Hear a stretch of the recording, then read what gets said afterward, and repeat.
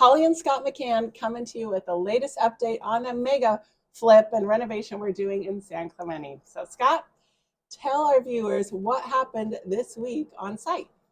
Well, okay, happy to. Here we're in the basement. I think we've probably been here before, but we're going to build this. We're building it as an ADU. And so it's... What an ADU is accessory dwelling unit. And it's a completely separate apartment from the 3 stories of the home. Right. So it's kind of, I call it the basement. It's at the basement level of the house underneath the 3-story house. But it's a separate 1-bedroom rental apartment, basically, which we discovered after we started construction. Hey, we have this space down here. If we dig out the dirt, we can build retaining walls, we can create this extra space. So we're super excited about it. If you turn around, this is the view out of it right now. I mean, there's some scaffolding involved in the way and stuff, and that yucca tree, that'll all be gone at the end of construction. So it's going to have a private covered patio. We'll pour a patio down here where the wood is, and totally private. Ocean view, Catalina view, Dana Point view, crazy good.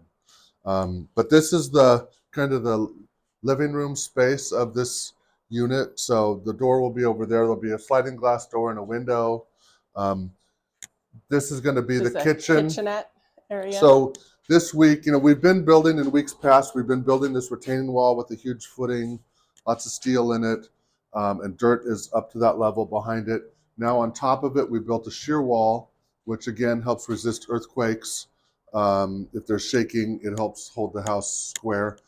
We built this extra wall in front of the wall. This is called the plumbing wall. So we have some plumbing pipes that we need to run, and you can't run them in block walls. So we built a separate wall just to hide the plumbing.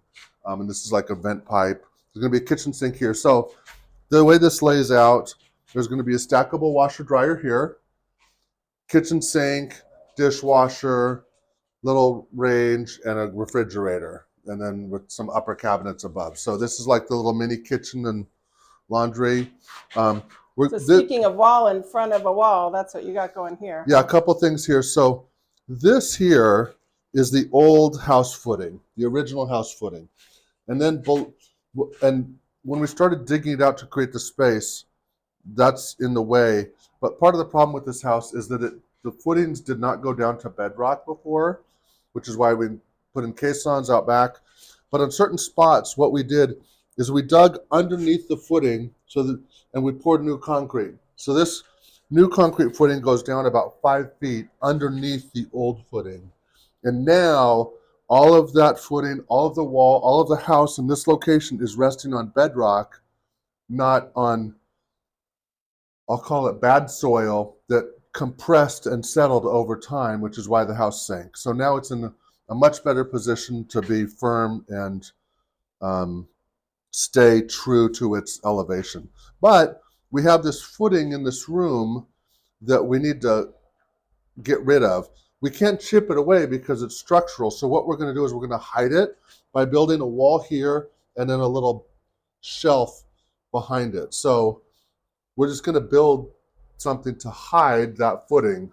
And so again, if you look back here, washer dryer, then over here, we'll have this shelf bench. So the assumption is that it'll get furnished with a sofa up against that, and then there'll just be like a shelf behind you. You can put your drinks on, your remote controls, your laptop, whatever. We'll have some electrical plugs in the wall for recharging. Here's another little thing I'll show you. The block is 8 inches wide. This wall is 6 inches wide. So there's 2 inches extra of wall. We don't want to leave it like this because you don't want your wall to come up and then go in 2 inches and then go up again. So what we're going to do is called furring this out. We're going to put another layer of wood in front of it so that then it is all one continuous wall. And I'll show you that in the next room. So if you follow me, we're going into the bedroom portion of the unit. So this is the bedroom. It's pretty tight. The bathroom is in here, going to be, and then a walk-in closet here. Couple things. I don't know if the light shows it or not, but we had to build another plumbing wall here to hide the footing. and also to hide, there's going to be some pipes in the wall. This is going to be the shower, the vanity over here, and then the toilet will be here. So built the plumbing wall here, and the walk-in closet. Here's an example of, we had footing there that we built this bench over it to hide it. And we also built it out of plywood on the top so that, you know, if someone puts heavy stuff on it, it won't just break through drywall. There'll be plywood there to give it strength. And then here's an example of, we built a second wall, that furring wall, in front of the other one, if you look down here, to hide that notch or bench. So that now when we drywall it, it will just be one straight wall and all the little imperfections are hidden. So the assumption is, you know, the bed will go here. This is the bed wall. From here you have, you know, fantastic ocean view. If your door is open, you have great ocean view at Dana Point. Yeah, beautiful. Yeah, probably hang a TV on this wall right here.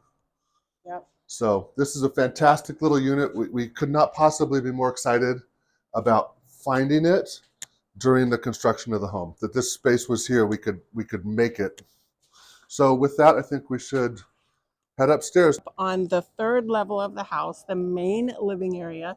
So Scott, why don't you tell us what happened here? Well, I'm actually going to tell you what happened up there, so because this is a better place to see it.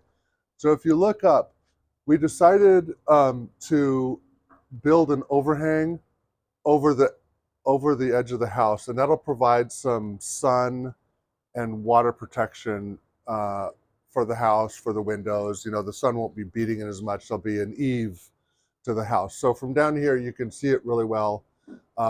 We did some things to make it structurally strong. We put a double rim joist on the outside, a double piece of wood. We put in a bunch of hardware hangers on everything, and we put some of them upside down actually because it's stronger that way depending on the configuration. So we've done that. So we're adding that eave all the way along the top floor of the house.